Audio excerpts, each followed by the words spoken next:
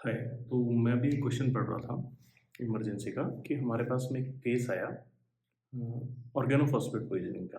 तो organophosphate poisoning के case में हम लोगों को ये देखना है कि एट्रोपिनाइजेशन का फर्स्ट साइन क्या होता है।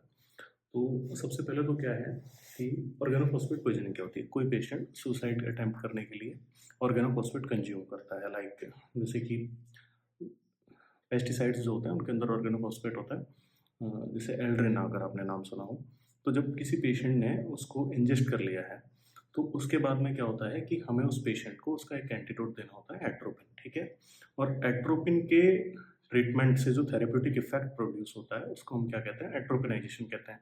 यानी कि जब हम पेशेंट को एट्रोपिन से ट्रीट कर रहे हैं तो जो डिजायर्ड इफेक्ट जो आ रहा है उसको हम लोग क्या बोलेंगे, एट्रोपिनाइजेशन बोलेंगे।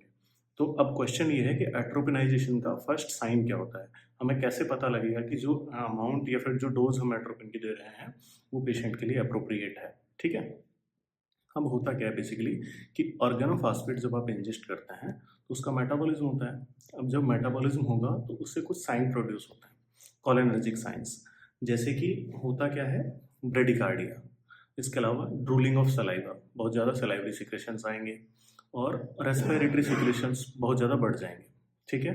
अब इसके अलावा क्या होता है, इसके अलावा होता है कि बाउल मूवमेंट बहुत ज़्यादा बढ़ जाएगा और आपका एक्सेसिव यूरिनेशन होगा, डाइफोरेसिस होगा, पिन पॉइंट प्यूपिल हो जाएगी। तो ये सारे साइन क्या हैं, ये सारे साइन हैं ऑर्गेनोफॉस्फेट पॉइजनिंग के, जो कि उसके मेटाबॉलिज्म की वजह से प्रोड्यूस हो रहे हैं।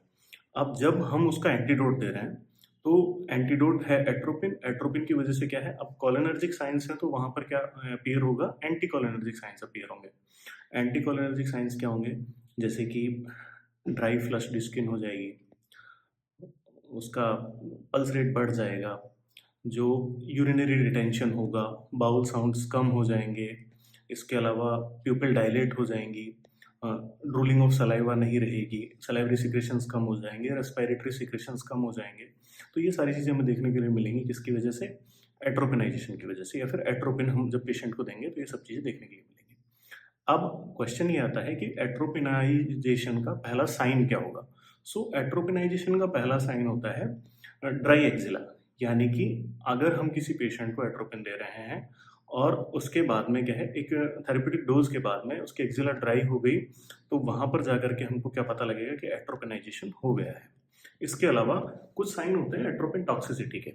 अब जो मिसकंसेप्शन है वो ये है कि एट्रोपिन टॉक्सिसिटी को कंसीडर कर लिया जाता है as a sign of atropinization. Atropine toxicity के साइंस होते हैं जैसे कि हेलुसिनेशन हो गया, एजिटेशन हो गया, रेस्टलेसनेस हो गई, डिलीरियम हो गया। तो ये सारी चीजें क्या है, एट्रोपिनाइजेशन के साइन नहीं है, ये एट्रोपिन टॉक्सिसिटी के या फिर एट्रोपिन ओवरडोज के साइन होता है। अब बेसिकली हम डोजिंग कैसे करते हैं एट्रोपिन की in case of organophosphate poisoning. So सबसे पहले क्या करते हैं, हम लोग 2 to 5 mg का लोडिंग डोज देते हैं एट्रोपिन सल्फेट का। अब इसके बाद में हमें क्या करना है, इसके बाद में हमें हर 5 मिनट के अंदर डोज को डबल कर देना। ठीक है। फॉर एग्जाम्पल कि अगर मान लीजिए मैंने इनिशियली पेशेंट को 2 एम्प्यूल बोलस दिया है, तो 5 मिनट के बाद मैं क्या करूंगा, 4 एम्प्यूल करूंगा। उसके फिर 5 मिनट के बाद मैं क्या करूंगा, 8 एम्प्यूल करूंगा। इसी तरीके से हम लोग बढ़ते चले जाएंगे। अब कब तक हमें देना है, जब तक कि फर्स्ट साइन ऑफ एट्रोपिनाइजेशन अपीयर नहीं होता। फर्स्ट साइन जो मैंने आपको बताया कि पेशेंट की एक्जिला ड्राई हो जाएगी और जो सलाइवरी सिक्रेशंस हैं वो रिड्यूस हो जाएंगे, वो कम हो जाएंगे। तो हमें पता लग जाएगा कि जो हमारा थेरेप्यूटिक इफेक्ट है वो आ रहा है। उसके बाद में हमें क्या करना है, उसके बाद में हमें जितना भी ओवरऑल जो एट्रोपिन कंज्यूम हुआ है, या फिर जैसे मैं कहूँ कि अगर एट्रोपिन का मान लीजिए मुझे उस पेशेंट को एट्रोपिनाइजेशन करने के लिए 100 एम्प्यूल एट्रोपिन देना पड़ा, तो उस कंडीशन में हम क्या करेंगे, जैसे ही एट्रोपिनाइजेशन होता है तो 10 to 20% of total volume of atropine, ठीक है, जैसे 100 ml का 100 एम्प्यूल का 10 to 20% क्या होगा, 10 to 20 एम्प्यूल, वो हमें पर आवर इन्फ्यूजन में देना है। ठीक है। तो एट्रोपिनाइजेशन का साइन अपीयर होने के बाद में ओवरऑल जो डोज है उसका 10 to 20% हमें रिड्यूस रखना है और वो पर आवरली देना होता है। तो ये बात हो गई एट्रोपिनाइजेशन के। ऑर्गेनोफॉस्फेट पॉइजनिंग के साथ में एक और चीज जुड़ी हुई है कि ऑर्गेनोफॉस्फेट पॉइजनिंग के अंदर जो मोर्टेलिटी का कॉज है वो क्या होता है, रेस्पिरेटरी फेलियर होता है मोस्ट ऑफ द केसेस में। उसके अंदर ऐसा होता है कि एक्सेसिव रेस्पिरेटरी सिक्रेशंस की वजह से क्या होगा, पेशेंट का रेस्पिरेटरी फेलियर हो जाएगा।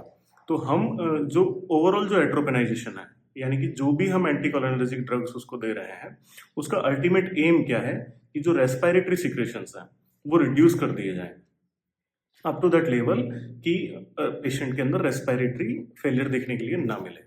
ठीक है।